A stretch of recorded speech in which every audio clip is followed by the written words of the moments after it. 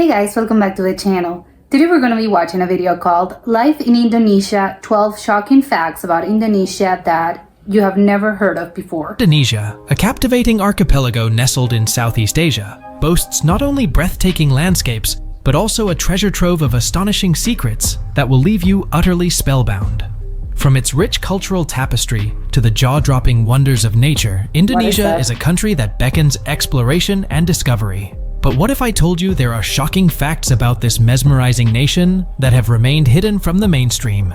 Today, we embark on an eye-opening journey to uncover the lesser-known facets of Indonesia, revealing stories that will challenge your perceptions and spark your curiosity. Indonesia, officially known as the Republic of Indonesia, is a country nestled in the heart of Southeast Asia and Oceania. Over 17,000 islands, each with its unique charm, from the bustling streets of Java to the serene beauty of Sumatra. Indonesia is the world's largest archipelagic state, spanning an impressive 1,904,569 square kilometers. That's a whopping 735,358 square miles. And with a population of around 279 million people, it's the fourth most populous country globally, making it a vibrant and lively nation. The island of Java, the most populous island globally, is home to more than half of Indonesia's population. Speaking of diversity, Indonesia is a presidential republic with an elected legislature. It boasts 38 provinces, each with its unique identity, and 9 of them hold special status. The bustling metropolis of Jakarta, the capital, stands as the world's second most populous urban area. Indonesia shares its borders with Papua New Guinea, East Timor, and the eastern part of Malaysia. And if that's not enough, it has maritime borders with countries like Singapore, Vietnam, Thailand, the Philippines, Australia, and India.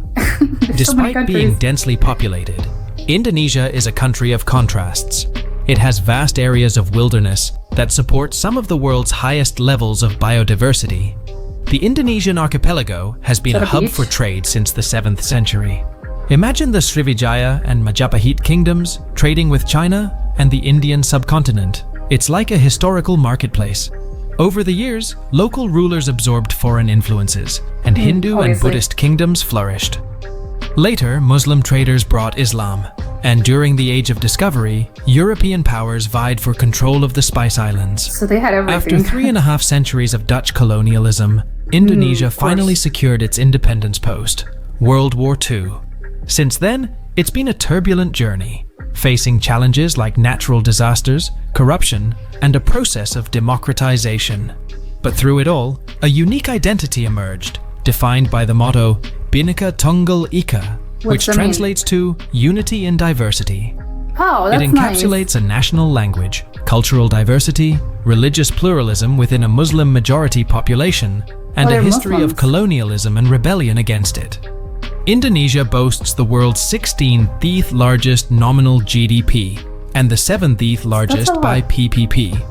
It's the world's 3rd largest democracy, a regional power, and a significant player in global affairs.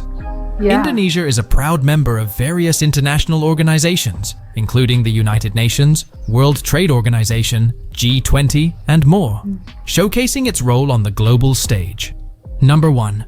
Home to over 100 endangered animals. There's so many weird animals. The Sumatran tiger prowls, the Sumatran rhinoceros roams, and the mighty Komodo dragon reigns. Oh my God, Indonesia is truly a playground for some of the rarest and most beautiful creatures on our planet. Meet the intelligent and charismatic orangutans swinging through the treetops, the Anoa, the world's smallest buffalo, and the stunning merrick or peafowl flaunting its vibrant plumage.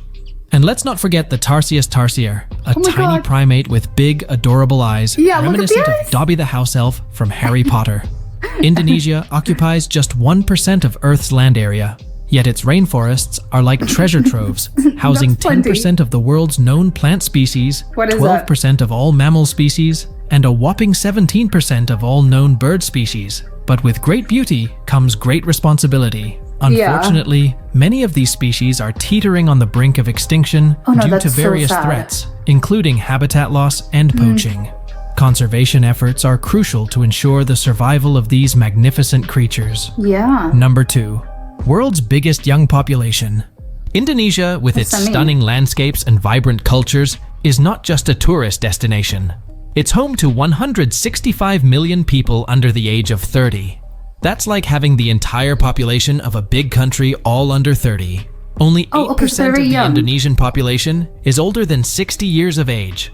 That means the majority of the population is young, energetic, and full of potential. But how Now you come might that be came to wondering, be? why is Indonesia so youthful?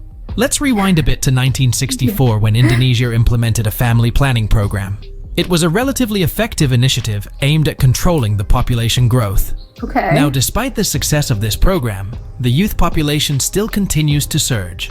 The fascinating part is, even with the family planning efforts, Indonesia's population growth is projected to surpass the current population of the United States if nothing changes.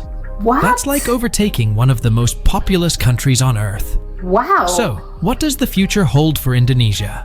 Well, unless there are further interventions, the youth population is expected to play an increasingly significant role.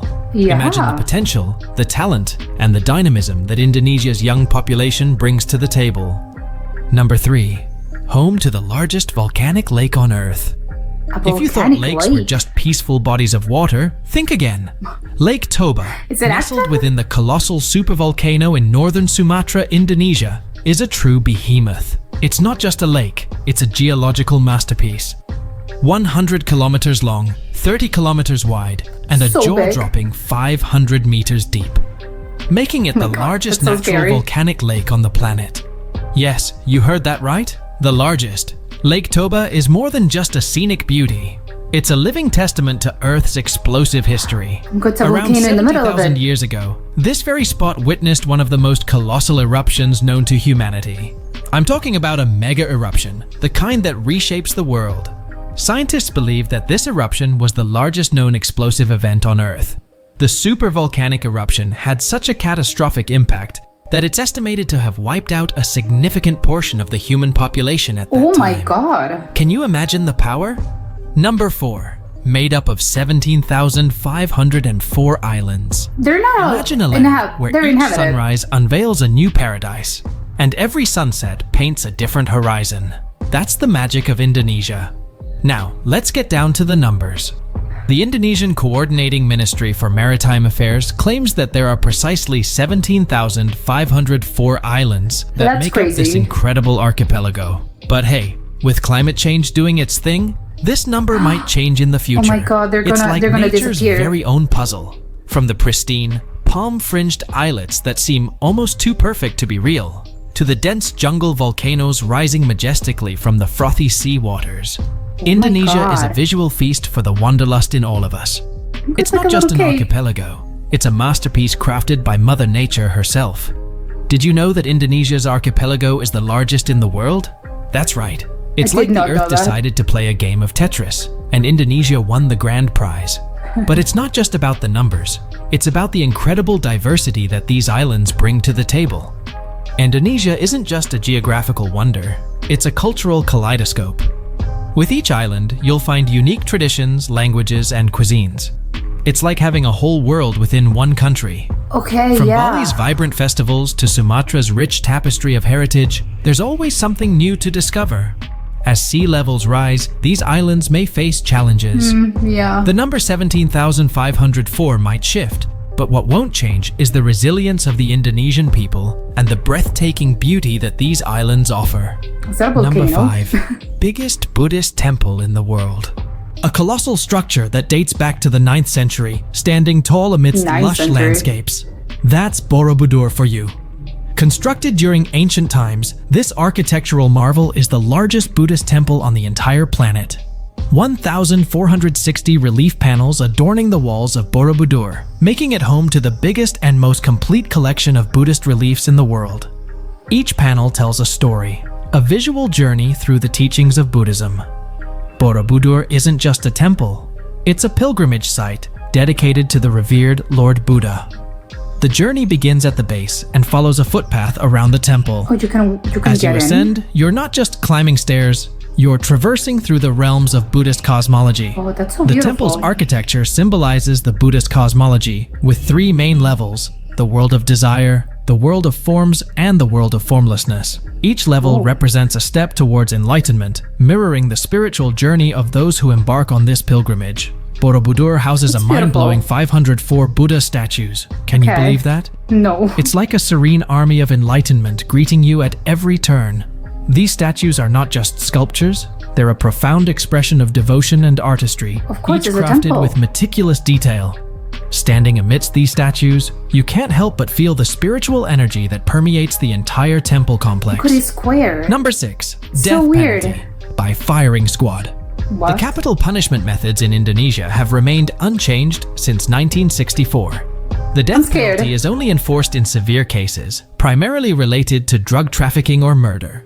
Prisoners often spend a considerable amount of time in jail before their death sentence is carried out. We're talking about a lengthy process involving trial courts, 2 appellate courts, and then a consideration of clemency by none other than the Indonesian president. Imagine going through all of that. It's quite a complex and exhaustive system. Yes. But that's not all. After all these legal hoops, if everything fails, prisoners and their families are given a chilling 72 hours notice of their impending execution. The execution usually takes place on Nusa Kambangan Island. Picture this. A prisoner who has been through years of legal battles is suddenly woken up in the middle of the night. They are then blindfolded and taken to an unknown, remote location. Oh my God. At this point, the prisoner is faced with an eerie choice: stand or sit. It's a decision that adds an extra layer of psychological weight to an already grim situation. And who carries out this final act? A firing squad composed of armed soldiers. The gravity of this method is hard to ignore.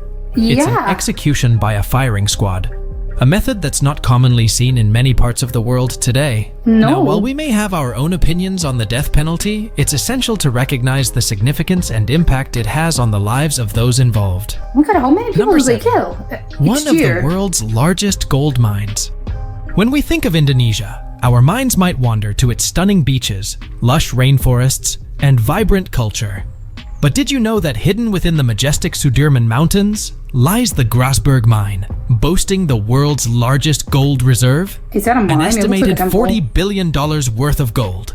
That's right, $40 billion. Now, let me take you on a journey to uncover the remarkable story of the Grasberg Mine. Our adventure begins in 1936 when the Dutch geologist Jean-Jacques Dozy embarked on a hike up Mount Carstens, the world's highest island peak, nestled in the heart of West Papua. Little did he know that this expedition would lead to the accidental discovery of the Grasberg Mine. Okay, it was an accident. Fast forward to today, and the Grasberg Mine is a marvel in itself. Perched at an altitude of 14,000 feet above sea level, this gold mine is not your typical walk in the park. The Sudirman Mountains provide a breathtaking backdrop, but getting there is no easy feat. I can imagine. The Grasberg Mine's location makes it quite the challenge to access. Yeah. Surrounded by rugged terrains, it's not your everyday adventure. However, for those craving a taste of the extraordinary, tours can be arranged to witness the sheer magnitude of this colossal gold reserve. The Grasberg Mine not only holds vast amounts of gold, but also significant deposits of copper. It's like Mother Nature decided to gift Indonesia with a double whammy. Number 8. World record for the largest packet of instant noodles. We all love a quick and tasty bowl of instant noodles, right? Them, yeah. But did you know that Indonesia, the land of incredible surprises, holds the world record for the largest packet of instant noodles? And did they cook it all revolves around Indomie, the heavyweight champion of instant noodles. They're not just the largest producer in the country, but the entire world. And when you're at the top, why not go big? This colossal packet of instant noodles weighed 1,465 pounds. To put it in perspective, that's roughly 8,000 times heavier than your typical run-of-the-mill instant noodle packet.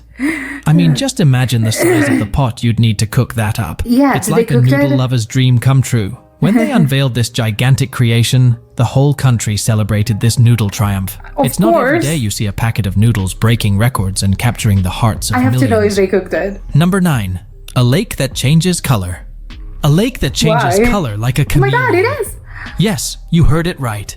Nestled in the heart of Indonesia is the Kelimutu volcano. And at its summit, something truly magical happens. Oh my God, you might be wondering, how on earth does a lake change color? Yeah. Well, my friends, It's all about the chemistry of nature. As you ascend the Kelimutu volcano, you're in for a breathtaking surprise. The magic unfolds when you reach the summit, where not one, but 3 crater lakes await you. 3? What makes it even more fascinating is that these lakes undergo a spectacular color transformation. Picture this. One lake can be a vibrant turquoise, another a deep green, and the third an intense red.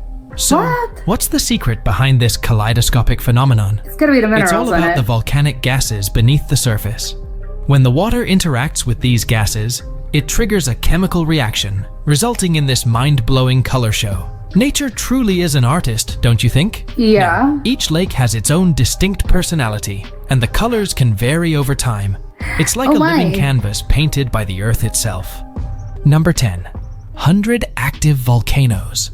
Indonesia's unique position along the Pacific Ring of Fire makes it a hotspot for volcanoes. Yeah. Picture this. A whopping 127 active volcanoes scattered across the archipelago. Among them, Mount Merapi and Kelut are considered the real troublemakers, often showing off their fiery personalities. Most of these volcanoes are part of the impressive 3,000 kilometers long Sunda Arc. This geological wonder traces a path along some of Indonesia's most iconic locations: Sumatra, Lesser Sunda Islands, Sunda Strait, Java, Nusa Tenggara, and Flores. It's like a volcanologist's dream come true, right here on Earth. Indonesia has seen its fair share of destructive volcanic eruptions. The title for the most destructive and deadliest eruption goes to Krakatoa in 1883. Yeah. This catastrophic event claimed more than 36,000 lives, making it one of the deadliest volcanic eruptions in recorded history. And it affected the whole world. The eruption of Krakatoa was so powerful that its thunderous roar was heard all the way in Perth, Mauritius, and 50 other places around the world. It's hard to fathom the sheer force of nature that can bridge such vast distances. Yeah. Number 11. Headhunting. In the annals of Indonesian history, there's a chapter that involves a rather unusual practice, headhunting. Hold on, what? Now, before you conjure up images of warriors wielding machetes, let me clarify, this isn't about taking heads as trophies. Okay. It's a belief rooted in the past, where some communities thought that bringing home a body part of the deceased would grant them power over that person in the afterlife. Thankfully, times have changed, so and we've like moved enemies. away from such practices. Thankfully. Today, remnants of this belief are found in a much tamer setting. The harvest festival known as Pengge. No need to worry, there are no beheadings involved. Instead, No one's gonna go for your coconuts head. step in as substitutes. Oh, love Pengge it. is a non-violent ritual where communities participate in a harvest festival. Emphasis in non-violent. In this festival, they perform ceremonies to apples? ensure a fruitful harvest. And yes, coconuts play a crucial role. They are used symbolically to represent the past tradition of bringing they home look so body real. parts. It's a unique blend of history and contemporary culture. Number 12. Half of all Indonesians live on less than $2 per day. Oh my In god. Indonesia, there's a noticeable gap between the haves and the have-nots. Picture this, roughly half of the population is getting by on less than $2 a day. To put it in perspective, that's about 28,000 Indonesian rupiah. The average wage for the entire country is just $280. So, when we talk about half the population living on less than $2 a day, we're not exaggerating. Yeah. It's a reality many Indonesians face daily. It's essential to understand these facts to grasp the economic landscape of Indonesia. While the country boasts incredible cultural diversity and natural beauty, there's an undeniable economic disparity. Yeah, It's I not can see all that. doom and gloom, but it's a side of Indonesia that often gets overshadowed. And there you have it, folks. A quick glimpse into one of the surprising facts about Indonesia. If you found this info interesting, give us a thumbs up and don't forget to hit that subscribe button for more eye-opening content. As always, thanks for tuning in, and I'll catch you in the next one. Until then, take it easy. Okay, so the two things, like, I'm shocked. Like, I'm still thinking about this. I think I'm gonna be thinking about it for a long time. The headhunting, I mean, like, at first, I'm like, at the beginning, I'm like, oh my god, like, what do you mean, like, headhunting? But it's like, no, it's like an antique ritual. Like, it's not really, like, people don't practice this anymore, because for one second, I got really scared. I was like, oh my god, I can't believe, like, these people are still, like, killing each other, and they're, like, bringing body parts, not specifically body parts, like the head.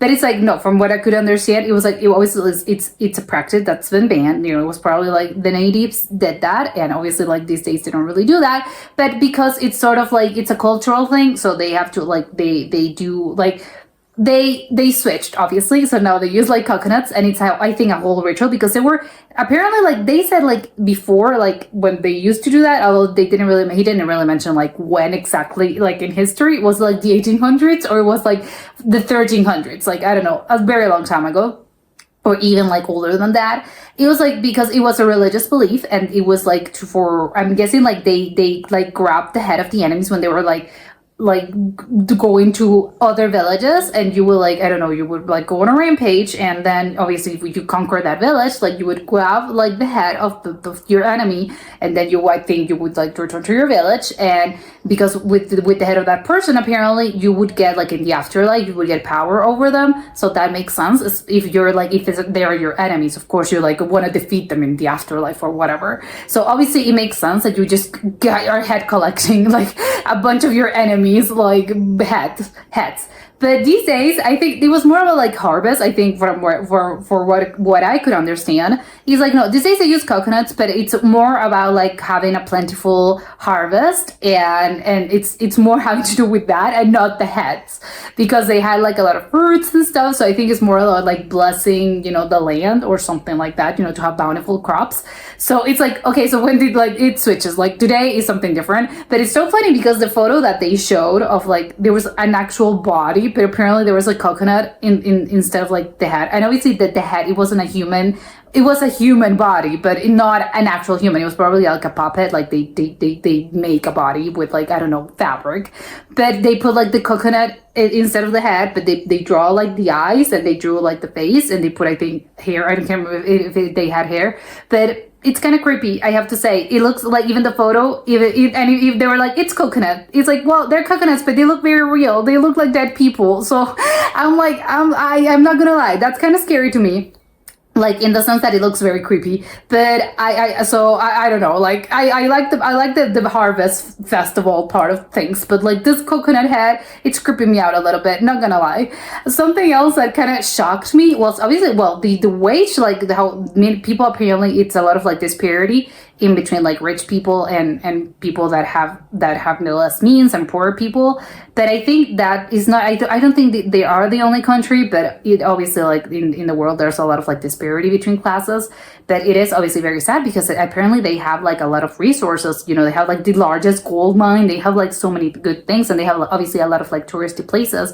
So it is kind of sad that people have to, and that a lot of people, and that a lot of the population have to live with like less money, because the country has a lot of like resources that apparently can be exploited. So it is kind of sad. But I have to say something that is kind of like scary to me. Like Indonesia looks beautiful, like the nature looks stunning. But the volcano thing, I'm like, oh my God, there's like so many volcanoes. Because I know that obviously they are located, because the location, I know that Southeast Asia, technically, like it does tend to have a lot of volcanoes, because again, there's like islands, and again, it's like they're geographically located. It does, like, it comes with the territory. But the fact that they have like, I don't even remember how many volcanoes they have, but they sure look in a little map, and there's like, oh my God, all the islands have them. Like, it's kind of like, aren't these people scared like of living here? Because I'd be super scared. I'm like, oh my God, like it's not, because I think an earthquake can happen like anytime. Like it's like you have to live with it, because it can happen like anywhere in the world. But the volcano thing, it's like, well, where the volcanoes are located. So it's like, do these people like live in fear, or do just like, oh my God, there's like an active volcano? Although I don't really know how many of them are active. Hopefully not all of them are active, because otherwise I don't understand how these people are living their daily lives. Because it's like, oh my God, you're gonna just how can you live your life just thinking like the volcano that I'm seeing every day in my hometown, like the thing's gonna blow? I'm like, I don't know how they live. So hopefully it's gonna be like a few of them are active, but not all of them, which would make me like, that would bring me a lot of peace of mind. It's just saying, no, a lot of them are dormant. But I love the lake ones, obviously, because it's sad, because like volcanoes, obviously a terrible thing, like for us humans, but they look so beautiful. Look at all those lakes, like the volcanic lake, that was incredible. But also the ones that are the other two lakes that switch colors because of like the volcanic activity, that looks so gorgeous. Like it was just, one, it was like a milky turquoise, the other one was red, the other one was like a deep blue, and apparently like they showed it, and it's like they're all different colors. So I think it really does depend on like maybe the season that you go, and probably like the time of the day. Like it changes so much. So it's like, oh my God, I would love to see that in real life, because it's gorgeous. And also the gold mine surprised me because it was looking like it was like, is that a gold mine? I've never seen a gold mine looking like that. Well, not that I have seen a lot of gold mines, but from my understanding, I think like gold, like it's in the water and you have to like, I don't know, you have to like wash the little like gold bits. So I don't really understand where actually like the gold is here, because it's just like a mountain. So I didn't really know that you can have, like gold in mountains, because from my understanding, I've only ever seen them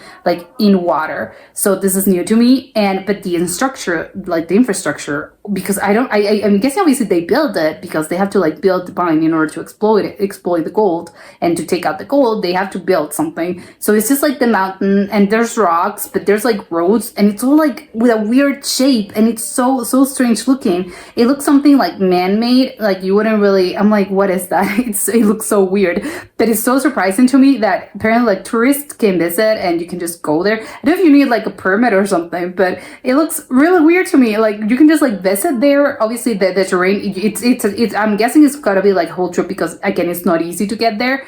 But I'd be shocked and surprised by how many people actually go there like every year, because it's like, it looks obviously beautiful and insane to go there, but I'm wondering how many people actually do, and if you need like a permit, a special thing. And obviously like you're seeing it, but are you actually seeing how they take out the gold, or is just like you're seeing the thing and the structure and that's enough? Because it looks, even if you're not seeing how they actually like take out like the minerals, like the whole structure itself, it's crazy. I would love to know also how they build that, because it looks crazy.